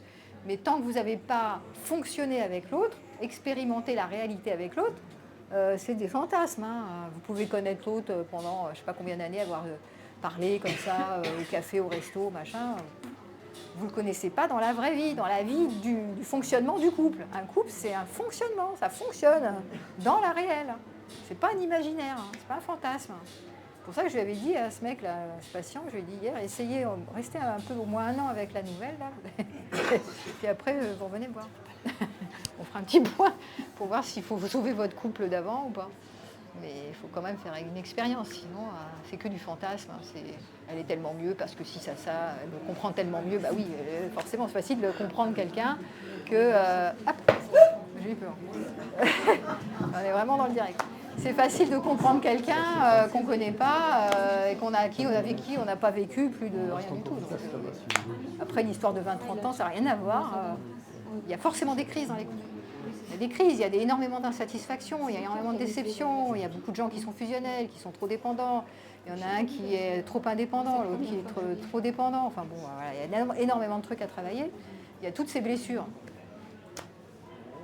Voilà, c'est ça. Donc l'amour commence quand la passion retombe et que vous vous mettez au boulot, en fait. Et que pour voir apparaître ce qu'il en est, toutes ces activations de blessures, les peurs d'être abandonné, les peurs d'être trahi, les peurs, celui qui veut passer pour celui qui a le pouvoir. C'est toutes les luttes de pouvoir, hein, à un moment donné. Le couple, au bout d'un certain temps, vous avez les luttes de pouvoir. J'ai raison, t'as tort. Donc un qui veut toujours imposer son point de vue et l'autre qui s'écrase. Donc ça, c'est les classiques hein, qui foutent les couples en l'air. Hein. Donc, et pourquoi l'autre il se laisse dominer? Parce qu'il ne sait pas mettre ses limites, parce qu'il a peur de perdre. Donc il s'écrase. Ou alors il est tellement fusionnel qu'il s'éteint là-dedans, il suit l'autre parce que l'autre il est un peu plus charismatique. Donc pour te garder, je vais faire tout ce que tu veux, je vais suivre tous tes goûts, j'irai au bout du monde avec toi, voilà, parce que je centralise la relation, puis après je le regrette parce que finalement je me suis éteint là-dedans. Donc il y a plein de choses comme ça qui apparaissent. On peut voir aussi des couples qui manquent de communication ou qui sont trop dans la routine. Donc au bout d'un moment, ils s'ennuient. ou qui ont des attentes irréalistes, ou qui ont peur de l'engagement. Il y a aussi des personnes qui ont peur de l'engagement et qui n'arrivent pas à faire couple. Et du coup, ça fait un qui s'engage, et l'autre un qui court derrière, et l'autre qui dit oui, je suis là, mais en fait, j'ai pas envie vraiment de m'engager, mais je suis quand même là, mais je te lâche pas, mais je suis là, mais je veux pas m'engager. Alors ça aussi, c'est des histoires invraisemblables. Et il y a des personnes qui se maintiennent dans des couples comme ça, ou dans des couples. J'ai fait pas mal de conférences aussi sur les histoires de gens qui sont avec des amours impossibles, personnes mariées, personnes indisponibles, des personnes qui disent mais oui, je te promets la lune, mais en fait, ils ne sont jamais vraiment engagés parce qu'ils ne peuvent pas s'engager. C'est compliqué de s'engager. S'engager, c'est renoncer. Hein, s'engager, c'est aussi arrêter. C'est sortir de ce truc à dos, sortir de cette histoire. Je vais enfin trouver la bonne personne là-bas, là-bas. Donc il y a un ailleurs meilleur qui m'attend. Il y a l'évidence, l'amour-passion qui m'attend là-bas. Et si je reste avec toi, je vais me taper l'amour ocytocine. Je m'ennuie. Ça ne donne pas envie, ça ne me fait pas triper le truc. Donc je préfère triper avec le non-engagement. Je reste un ado ou une ado toute ma vie, quoi. Donc ça, c'est des choses qu'on voit aussi dans les problématiques de couple, qui fait courir celui qui est accroché, parce que plus l'autre m'échappe et plus je suis amoureux, en fait. Plus je veux la gripper. Bon, c'est un classique du genre, j'en vois tout le temps. Donc ça, c'est pas de l'amour, c'est des histoires de répétition de schémas, schéma abandon, schéma peur de l'engagement, c'est aussi un schéma. Voilà, donc c'est pas des histoires d'amour, il n'y a pas d'amour, il n'y a pas vraiment d'amour, c'est déjà un manque d'amour de soi, un manque de connaissance de soi déjà, et on ne peut pas tellement parler d'amour à ce moment-là. Pour moi, l'amour, c'est vraiment au moment où on commence à traiter ses blessures, à aller voir, à se dépoussiérer un peu, quoi, à faire en sorte qu'elles s'amenuisent. On ne guérit jamais de ses blessures d'enfance, hein, mais elles cicatrisent et elles sont moins prégnantes en fait. Surtout quand on a déconstruit le mythe de l'amour romantique, il y a quand même quelque chose qui s'apaise. Il y a une forme de paix avec soi, avec les autres, avec la relation amoureuse, avec le couple. C'est moins l'histoire du bonheur qui passe forcément par le couple et par les enfants, donc ça passe par d'autres vecteurs. C'est à peu près plus apaisé, c'est plus tranquille. Et à partir de ce moment-là, on peut faire un couple avec moins d'attente et moins d'illusions et moins de vide et moins d'agrippement ou d'évitement, enfin moins souffrant, hein. C'est moins passionnel mais c'est moins souffrant. Voilà.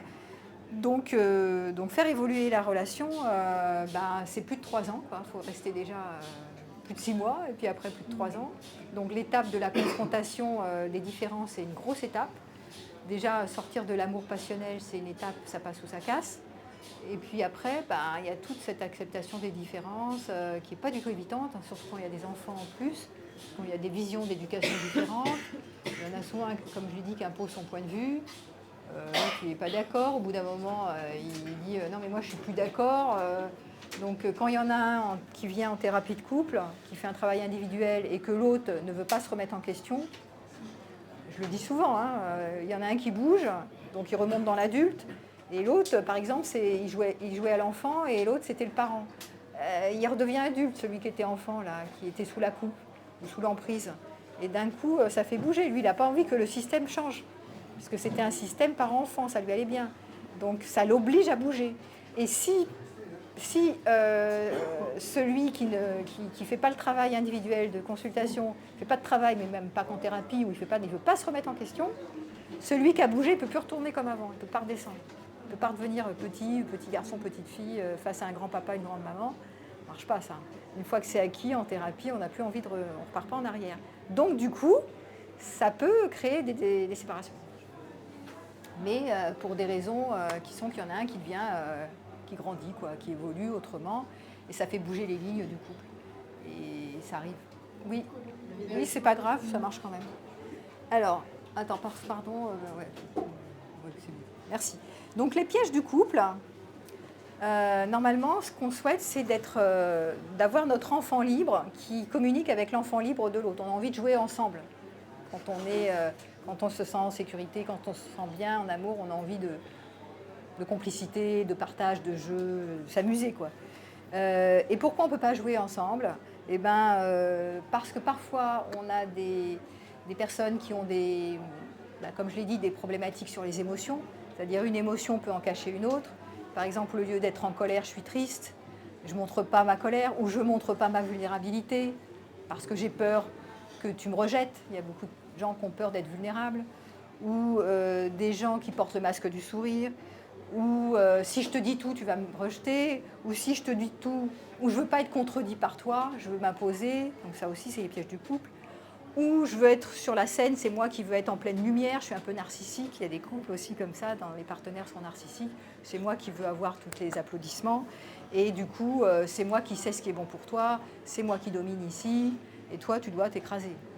Voilà. Et du coup, on ne peut pas jouer ensemble, parce que dans des dynamiques comme ça relationnelles, quand un prend le pouvoir et l'autre est un peu en dessous, on va plus jouer. À un moment donné, on arrête de jouer avec l'autre. Donc, on joue plus, on s'éteint. Voilà. Ça fait partie des pièges.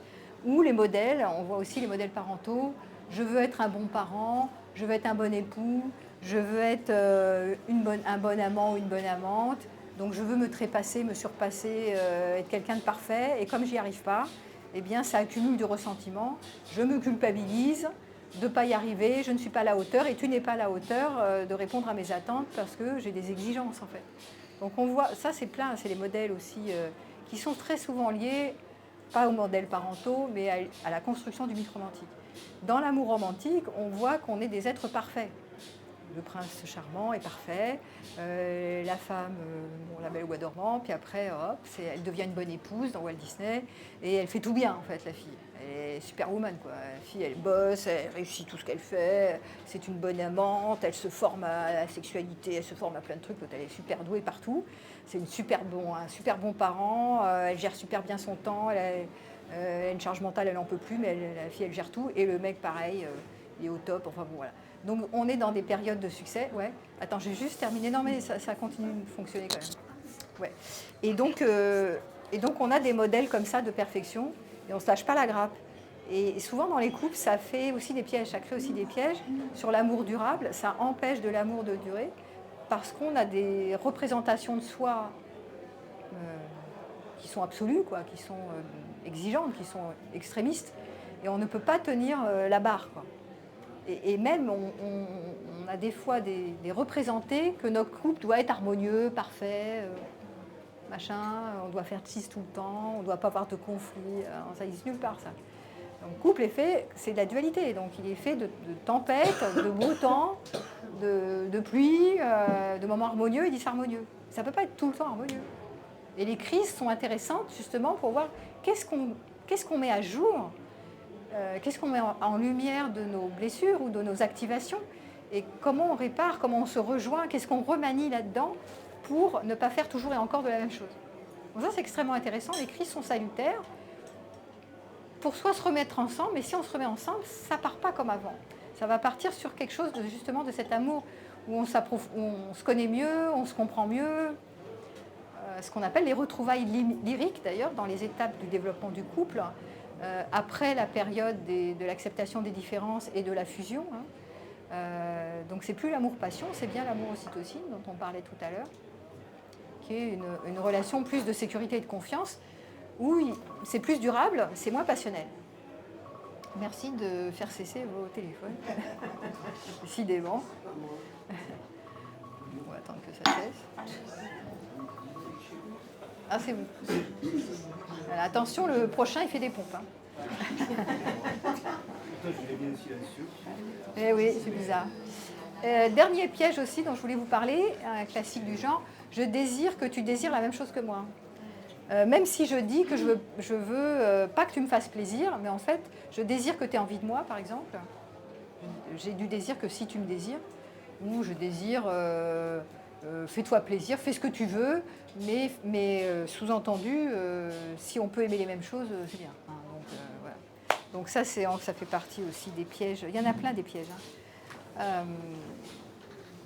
Donc, en résumé, si il y a moins d'intensité, il y a plus de profondeur. S'il y a moins de fusion, il y a plus de choix. S'il y a de l'admiration, il n'y a pas de la fascination. Et le désir évolue. Voilà, le désir il est fait pour évoluer.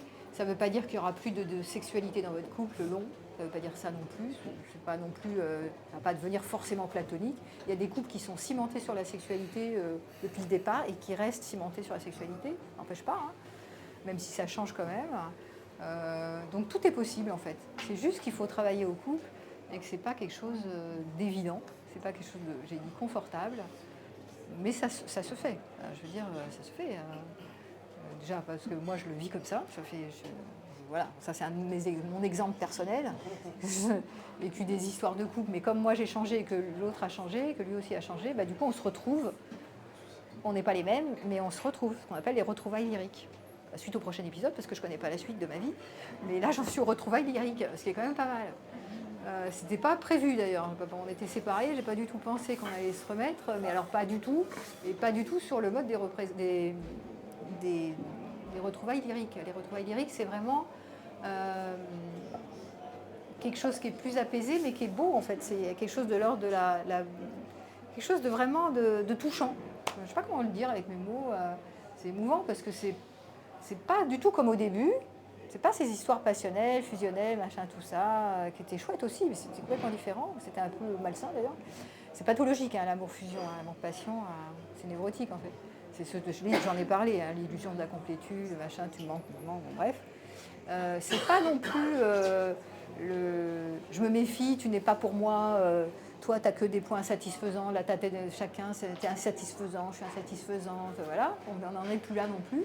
Donc c'est vraiment les retrouvailles, mais on ne peut pas se retrouver au même endroit parce qu'on a changé, chacun a changé. Donc on ne peut pas se retrouver comme avant, c'est pas du tout au même endroit. C'est beaucoup plus apaisé et on sait qu'on ne peut pas tout trouver chez l'autre. C'est-à-dire il y a plus ce truc de la perfection, il y a moins d'attente, c'est plus paisible, il y a moins d'attente, on se connaît mieux soi-même, on connaît l'autre aussi, même si on ne connaîtra jamais complètement l'autre. Mais c'est vrai que c'est plus dans l'amour durable, c'est plus profond, et il y a moins ce truc tout feu tout flamme, ce truc un peu en surface, là, les papillons dans le ventre, machin, l'excitation, le truc. C'est différent, mais tout est à vivre en fait, toutes les expériences sont à vivre. Donc sur le chemin, moi je dis toujours, comme j'ai dit à cet homme, je dis partez avec la nouvelle, là, faites l'expérience, vous allez vivre un truc passionnel, fusionnel, c'est à vivre, tout est à vivre. C'est des expériences intéressantes, il n'y a rien qui est raté en fait, rien ne se rate. C'est juste que voilà, il y a un temps pour vivre ça, un temps pour vivre autre chose et un temps pour passer à autre chose. Encore faut-il cheminer et pas laisser tomber le bébé. Alors ça c'est mon discours optimiste, ne laissez pas trop tomber le bébé avec l'eau du bain.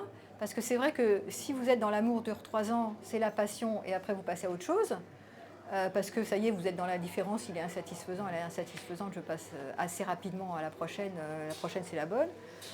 C'est un peu dommage. Je trouve que vous envoyez péter le bébé avec l'eau du bain un peu trop vite. Pour moi, c'est un peu triste. Je vois trop de couples qui se séparent.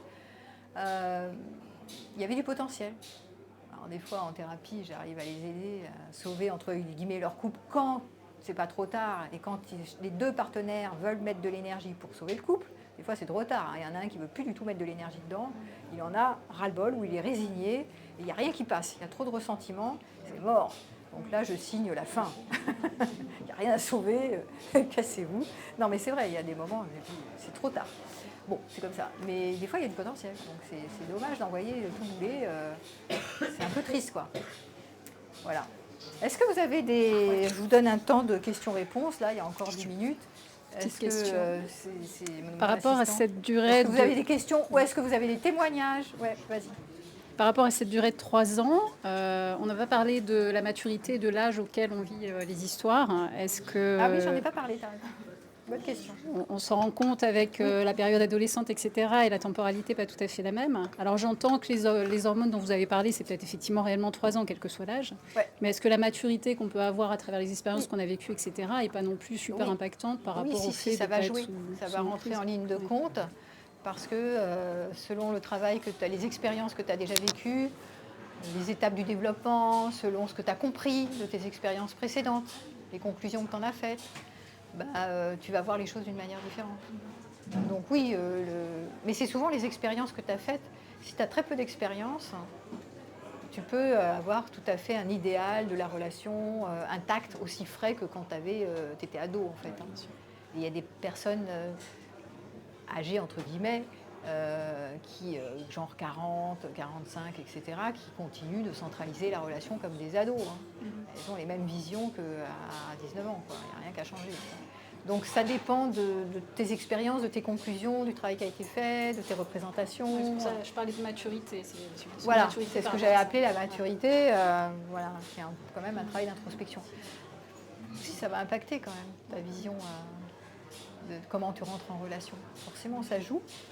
Après, tu as effectivement ce que je disais sur les 3 systèmes qui, en général, avec l'énergie de la nouvelle relation, il y a de toute façon, tu as affaire à ces systèmes. Ce qui est sympa aussi, hein, c'est chouette à vivre. C'est juste d'avoir du discernement, de savoir que c'est pas fait pour durer. C'est tout. Mais si tu le sais, tu fais fusion-défusion. J'ai fait une conférence qui s'appelle Fusion-défusion il y a très longtemps. Il faut apprendre à défusionner. Et apprendre à fusionner aussi. Ah oui, à fusionner, c'est bien aussi. Rentrez totalement, soyez total dedans et sortez totalement. Voilà.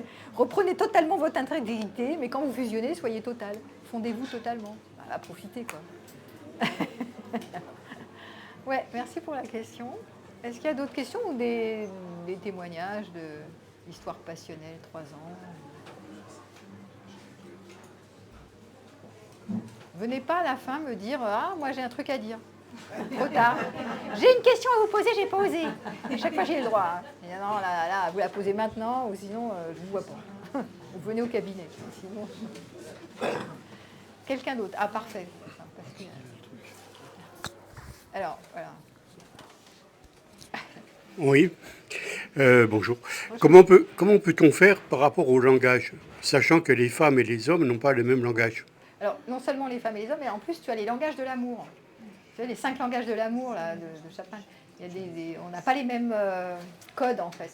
On a les mêmes canaux. Il y en a qui aiment bien les mots, d'autres les attentions, d'autres être soutenus, d'autres le contact corporel. Donc, on n'a pas les mêmes langages de l'amour, ni les mêmes langages sexuels. D'ailleurs, il y a un livre qui est sorti sur les langages sexuels. Donc, on n'a pas les mêmes codes et les mêmes préférences. Voilà, c'est comme ça. Donc la question, c'est comment on fait quand on n'a pas les mêmes langages. Et toi, tu étais sur les différences de genre, mais c'est au-delà, même au-delà, il y a les différences de genre, mais au-delà, il y a les différences des préférences, en fait. Et pourquoi tu aimes les brunes et pas les blondes, ça, t'en sais rien. C'est comme ça. Pourquoi tu aimes les minces ou les femmes avec des petits seins ou des gros seins, ça, t'en sais rien. Pourquoi? C'est les préférences. Et donc, voilà, il n'y a rien à dire là-dessus. Oui, il y a des différences, il y a des préférences. Et ma foi, c'est respectable. Donc, qu'est-ce que tu veux faire de ça? Ça rentre en ligne de compte dans les représentations et dans les différences et dans les compatibilités. Donc, il y a des personnes avec qui c'est trop différent et ça sera difficile d'être compatible pour faire couple long terme. Par contre, tu peux faire des petites histoires brèves. Voilà. Tu peux faire ami, sex friend, tu peux faire... Mais quand les valeurs et les compatibilités sont vraiment trop écartées, c'est difficile de faire un couple long terme. C'est mieux quand il y a les valeurs sont à peu près les visions à peu près les mêmes, les valeurs à peu près les mêmes, c'est plus simple. C'est plus facile, on va dire. Après, vous pouvez vous orienter sur quelqu'un de très différent, qui est très complémentaire, mais c'est plus difficile à ajuster, quoi. Vous aurez plus de tension. Mais c'est possible, c'est créatif, quoi. Il faut être créatif, il ne faut pas lâcher les bras, pas lâcher l'affaire. Pas lâcher les bras. Pas lâcher l'histoire. Voilà. Je ne sais pas si je réponds vraiment à la question, mais je suis allée un peu plus loin que des différences de genre, parce que, oui, il n'y a pas que le côté genré, et puis il y a pas mal d'homosexuels aussi, donc ils ne sont pas genrés, mais pour autant ils font couple. Ça questionne aussi, d'ailleurs. Oui, parce que de tout temps, on nous a dit que les femmes venaient de Vénus et les femmes venaient de Mars. C'est pas faux non plus, hein. Biologiquement, il y a aussi des différences de fonctionnement, d'attente, de représenter, c'est aussi culturel. Il y a une part biologique, une part culturelle. Il y a toujours nature et culture qui se mélangent pour moi. Bon, and so what? Et pourtant, on arrive à faire couple quand même, tu vois, avec les différences. On travaille sur l'acceptation de la différence. C'est la communication et la compréhension. Je suis dans la différence, tu n'es pas moi, ça se complète ou pas. Des fois ça se complète, des fois ça se complète pas. On fait avec, quoi. Hein. Comment on se rejoint? La difficulté du couple long terme, c'est comment on se rejoint quand on est dans la tension. Après la tension, après la tempête, comment on cherche à se rejoindre. Voilà. Comment on n'est pas dans j'ai raison, t'as tort, ou t'es vraiment nul, t'es très insatisfaisant, au revoir, je préfère l'autre d'à côté. Voilà. Donc c'est tout le truc du couple. Hein. C'est toute l'aventure du couple durable. Et accepter cette histoire que la passion, elle sera peut-être pas au rendez-vous tout le temps, qu'il y aura de l'insatisfaction et de la satisfaction, mais il y aura les deux.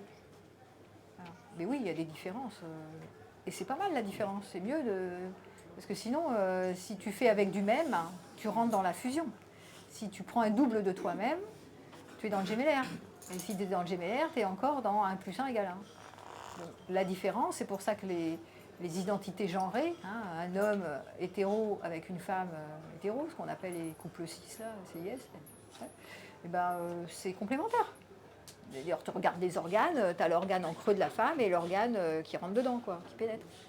Et l'organe, c'est des symboles comme ça, là, voilà, en flèche. Et donc, c'est pas... C'est de nouveau biologique, hein, c'est pas moi qui invente. C'est fait pour la reproduction aussi. Donc, quel hasard y a-t-il là-dedans? C'est pour ça qu'on dit nature-culture. Il y a à la fois le biologique et à la fois le culturel. C'est-à-dire les petites filles, on leur dit faut être douce et gentille, il faut prendre soin des autres. Et les petits garçons, tu pleures pas parce que va jouer au cow-boy. Ne craque pas, ne pleure pas, sois un héros. Voilà. C'est encore vrai aujourd'hui d'ailleurs. On n'aime pas les mêmes jouets. C'est encore vrai, on ne met pas les mêmes jouets aux petites filles qu'aux petits garçons. Même si on cherche à planir tout ça, mais c'est encore vrai aujourd'hui. Donc ça fait culturellement des différences de sexe, qu'on le veuille ou non. Enfin, de genre. Enfin, c'est un autre sujet. Mais... Merci pour ta question. Une dernière ou pour la route ou ça va?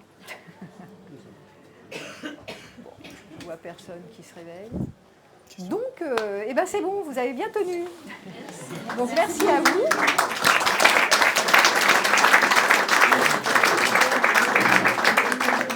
Et puis, ben, vous retrouvez tous mes événements sur mon site à véroniquecohn.com. Donc toutes mes conférences, les accompagnements en ligne, tout ça, c'est sur mon site.